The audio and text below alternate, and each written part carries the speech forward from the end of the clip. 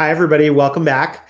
We are here talking about another one of your questions about work. And this one is one that we've approached from a few different perspectives because it's a really difficult one, especially for people who are in leadership roles on teams or of companies as a whole. And so I'm here today with Karla Monterroso, who is a leadership coach now and has been an advocate and still is an advocate on racial equity issues in tech and otherwise, and was previously the CEO of Code 2040, which if you don't know Code 2040's work, please to check out. I think that's where I first heard about you, Karla, was just because of everybody really respecting the work of Code 2040. And so the question that we're going to ask today is, how can company leadership engage with employees best when they want to talk politics? Yeah. I mean, I think that part of what I'm telling both clients and people that I'm working with, because I want to be clear that it's not just happening in tech, it's happening across the workforce, right? This is, we may be patient zero in that access to these issues becoming like big news is more likely here, but it is happening in for-profits, nonprofits, Sure. corporations, startups, but everywhere, right?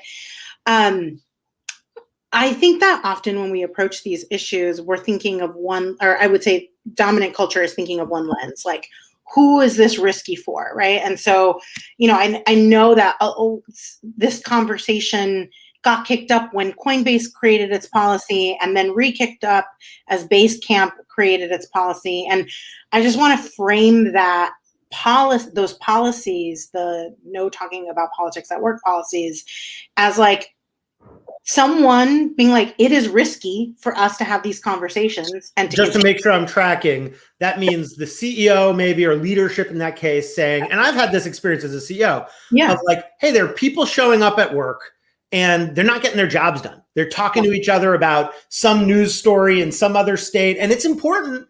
Yeah. And of course, people should be able to talk about things that are important, but not to the point of distraction from the company doing the thing that they're being paid to be there to do. That's the rub that starts it. Is that what you mean by risky? Yes. So I think that, and like, I, as a leader, do not want to pay the social consequences of being right or wrong.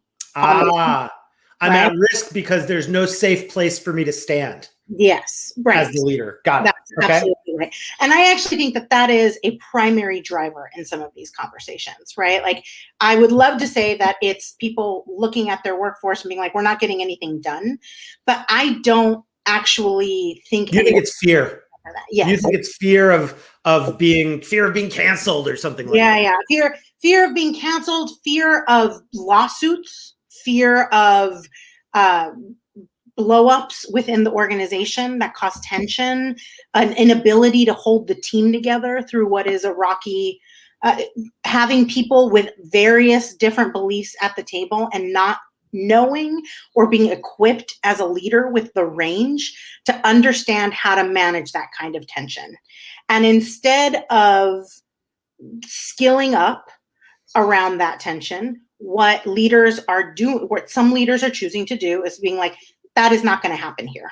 Right. Which takes out future social consequence for them. Right. And makes things simpler, quote unquote. Right.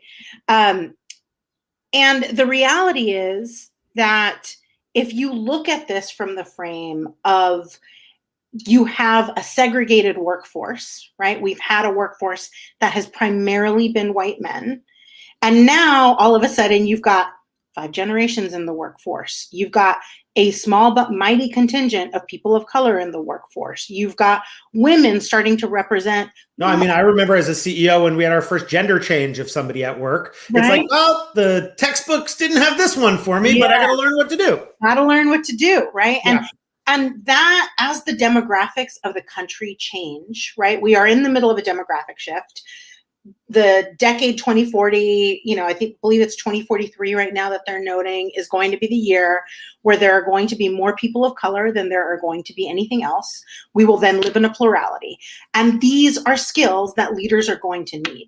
So you can kick the can down the line as long as you want. And then there comes a point in which you won't be able to kick the can down the line. So just to make sure I'm following, the alternative to the declaring no politics is to skill up on how to manage the conversation. And what is that? I mean, because of course the Coinbase and Basecamp examples were so controversial, they got lots of attention. I know Shopify just had this, but I've also seen, Dustin Moskovitz did some stuff with Asana that was notable and not in the same vein. Dylan at Figma did some stuff not in the same vein. Now, also conscious of the fact that every example I'm giving is a white male CEO. And so I'm curious, are there policies that companies should enact that we ought to look to as a better policy than no politics?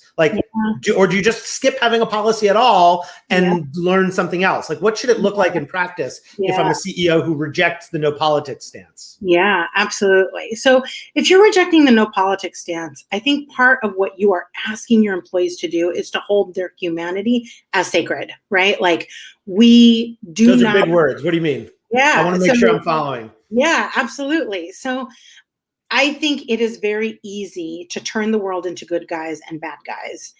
And instead, it's a lot of people learning for the first time the ways in which many people have been impacted, right? And I think there has to be an acknowledgement that there is currently a white supremacist strand happening in the country. Like, everyone from the FBI to, we're not talking about liberal bastions talking about the rise of white supremacy here, right? We're talking about the FBI and the CIA and a number of different other organizations that are talking about the risks that are coming from this. And folks who come from marginalized communities who feel the dangers of that are going to want to talk about that, right? And there's got to be an acknowledgement of like, hey, yeah, we can have a diversity of thought here, and we are a place that protects the humanity of our people. And part of doing that is not dismissing the concerns of people who have not been represented in the workforce. Till now, right? Yeah, so it's a refusal to dismiss those concerns. I definitely hear that. Sorry, I interrupted you. Yeah, no, not at all. Immigrant family, we express love through interruption. Yes, yeah, absolutely. I understand. It's similar. And I think that there is it's one thing to have a political point of view. That's fine. That differs from what everyone else has. That's also fine. And when you are anchoring those points of view on people not being worthy enough to be in the workplace, as if that is a genetic trait, then we as a company have a problem. Well, I think so. I think that many CEOs really accept that. I think the challenge is that drawing the line between that, and I mean, I'll put this up from Ryan in Portland, who's saying, as we're watching this, my coworkers are talking about the Israeli-Palestinian conflict. And as an Israeli, let me just say I'm horrified by what's happening. And I haven't talked about it that much at work, even though my family's impacted. I reached out to some founders who we've backed, who either are Palestinian or have Palestinian ties, to ask how they're doing and how their loved ones are doing. And at the same time, I get that there's a line. It's like, well, you could spend all day talking about things happening in the broader world. And to me, the core question is, who decides what is just politics? Because there's a way in which people say it's just politics as if there's like talking about sports. Like if I had my way as a CEO, I'd be like, fuck you guys. No more talking about sports at work. I feel excluded. I don't like sports. It's irrelevant to what we do, blah, blah, blah. But obviously it's not that sensitive. Politics as entertainment. Yeah, and that's right, as entertainment. Or even if it's one half click less frivolous than entertainment, it's politics as irrelevant to the day-to-day practice of the company's job. And I think that, to me, the whole core question is, it's really hard to decide what that is. Like the line between talking about Black Lives Matter and a Black member of your team feeling fear in coming to the office, wow, that's a real thin line. In fact, maybe no line whatsoever. And so I think that it's the question of whose perspective. I don't know that many CEOs I know would be like, okay, yes, I will hereby discard your humanity and exclude you. It's just that they don't realize that they may be seen by others to be doing that. If they're saying, I get to decide what's allowed in this conversation, not you. And then, the alternative, of course, can be, and I think there's real tradecraft here of like, the conversations can get so distracting that you can't get anything done. And by the way, events in the world often do that. Like when 9/11 happened, we didn't get a lot of work done in New York for a few days after that. But we were in New York and maybe people didn't elsewhere. So I think your point about self-skilling, if I'm a CEO who wants to learn, other than calling you potentially as their coach, what are some of the other things I ought to start doing in order to begin to grow on this path? Yeah, absolutely. I mean, I think those CEOs have to put themselves in environments where they are not the dominant majority culture, right? Because I think if those decisions start to become a lot easier looking to you, if you're like, oh, of course we have to be able to talk about Black Lives Matter.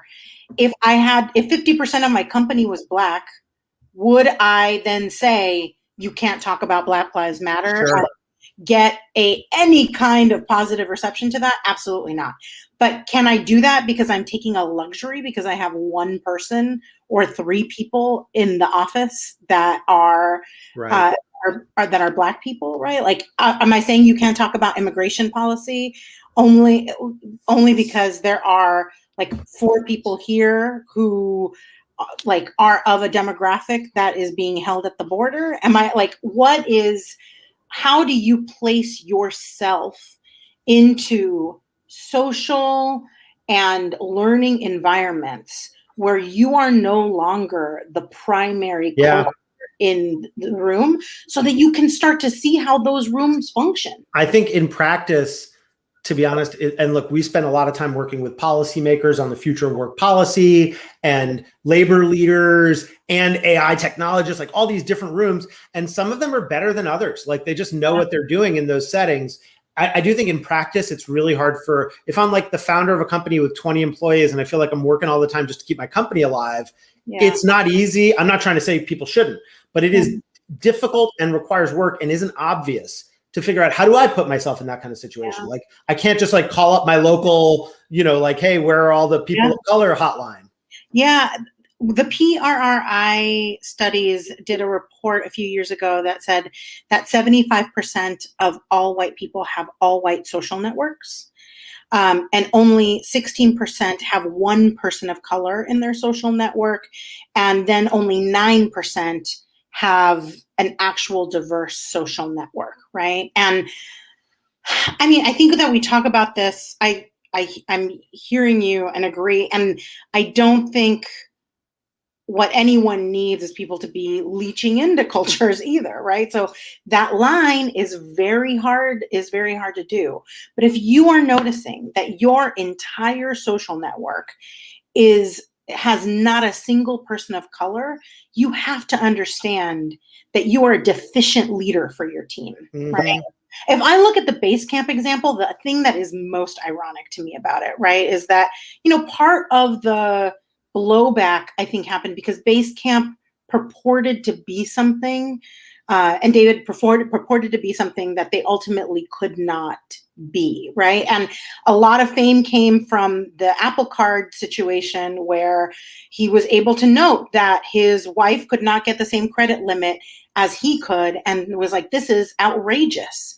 And now he has gone and created the same situation that produces that outcome inside of his own company. Yeah. And I mean, look, I don't know the culture within that company well enough to know. I did do this teardown of like going through just why I thought it was not great CEOing. And I would love to believe that the companies that perform the best will have the leaders who understand this stuff.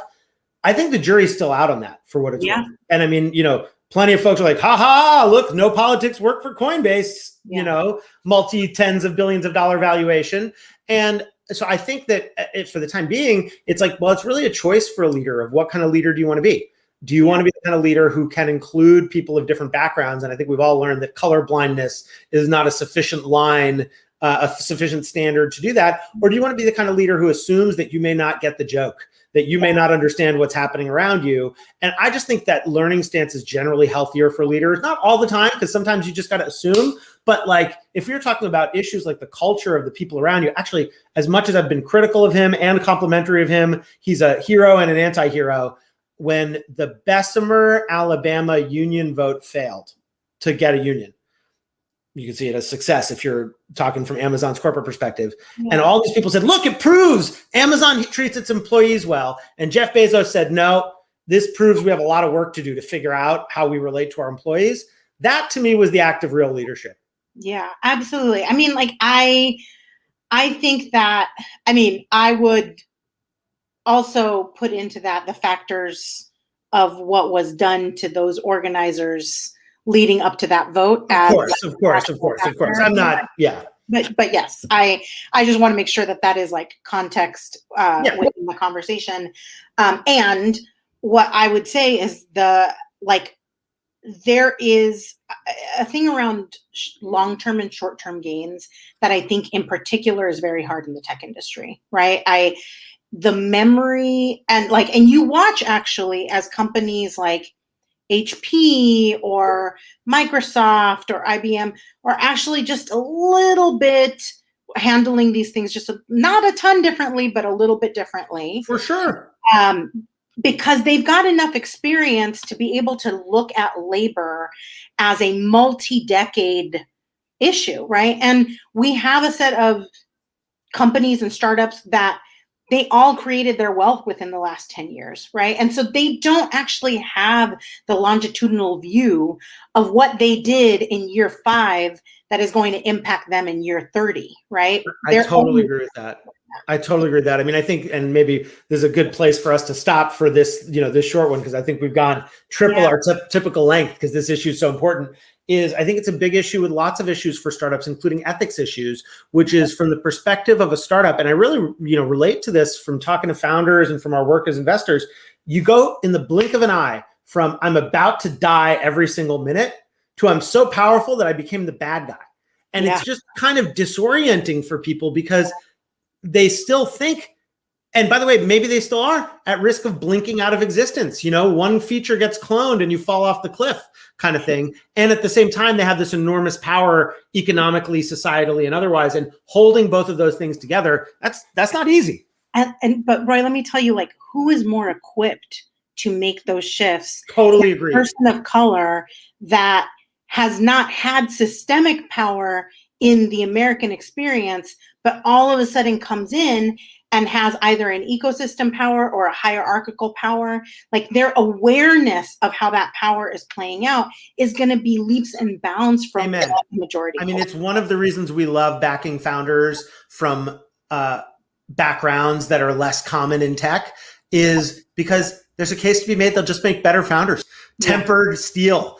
And experience with these issues and a lack of a bunch of other assumptions, it bears, we still have to prove that as an economy and a tech society. But, my view is their discrimination is my profit opportunity. Yeah, absolutely. And I mean, there are 900,000 open tech roles right now, right? In the country, there are 900,000 open tech roles at last count. And we are only educating 56,000 computer scientists in colleges every year, and we are not using all of them, right? And so I think that there is a lot there around how we have not, as an industry, prepared for the labor demands of the industry and already are being impacted by them. And that, much like the economy being separate from Wall Street, is like the health of your company being separate from your returns. Amen. And look, I'll just say, I think something that tech does pretty well, actually, not always, but pretty well, and the country does pretty well, not always, but pretty well. And I would say, to me, my perspective is less about the rise of white supremacy, so to say, as the acknowledgement of the fact that it has been there, throughout, is, when we become aware of issues, we fix them. And so like an experiment that failed in tech when you do an A/B test, or like a thing in our country where you veer off and elect the president, need to elect a different one, it's like, let's self-correct. And, here's to the power of all of us to participate in doing that. Yeah. And often what's happening here is that you get to an A/B test and one is wrong and they're like, okay, we're never trying this ever again. Yeah, totally. And we can't do that. I mean, let's at least commit to the very same principles. Well, that is amazing, not advice. And for those of you who stuck with us, the reason we call it not advice is because Karla doesn't know exactly what you should do in your situation. It's a way of thinking about it. I don't know what you should do in your situation, and you're going to have to decide for yourself. So I would love to do this again, Karla, on any of a variety of other issues. So to be continued. To be continued.